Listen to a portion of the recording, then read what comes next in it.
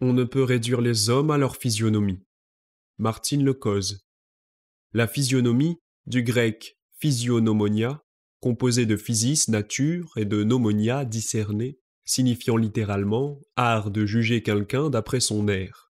Évidemment, à l'heure où le réel doit être nié, ou plutôt remanié, pour le faire correspondre à des visions erronées des hommes et du monde, la physionomie est un outil qui n'a plus sa place. Que de poncifs à l'encontre de cet outil d'analyse. L'habit ne fait pas le moine.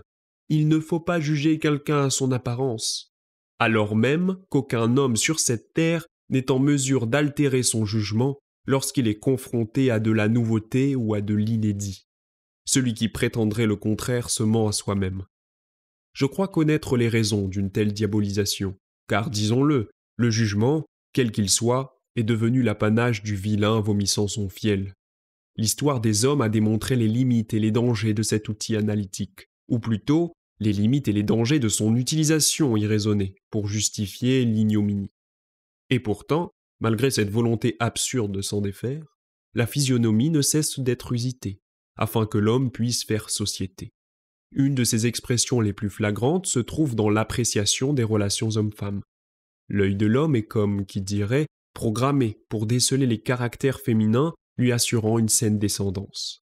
La conscience et les concepts ont associé ces caractères à l'esthétisme et à la beauté, mais tout cela est fondé sur le principe de physionomie. L'illustration que je vous ai soumise relève d'une physionomie inconsciente et archaïque, mais elle peut être consciente et plus sophistiquée, plus subtile.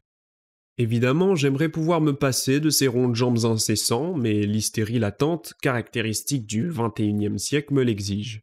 Toutes les généralités que je vais vous exposer ne sont que des constats empiriques et je ne saurais occulter les nuances et les exceptions.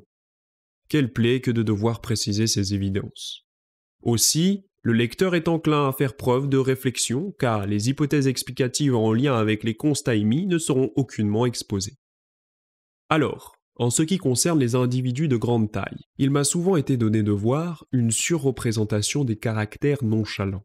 Les personnes de grande taille semblent être moins sujets aux excès de zèle, comparativement aux petits. Cela se vérifie d'autant plus chez les hommes. Ensuite, une autre remarque physionomonique, je me permets ce petit néologisme amusant, concerne les traits du visage. Plus ceux-ci sont orientés vers le centre, autrement vers le nez, plus les gens concernés ont tendance à se laisser emporter par la colère de façon récurrente.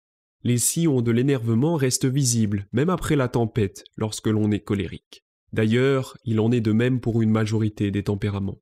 La démarche est aussi un élément signifiant, le balancement des bras, la pose du pied, la tenue du buste, etc. Essayez d'ouvrir les yeux, et vous verrez que la physionomie permet d'anticiper certains traits de caractère. Bien entendu, cela ne doit pas être un élément discriminant et dissuasif. Les hypothèses doivent toujours faire l'objet de confirmation et attention dès lors aux biais cognitifs.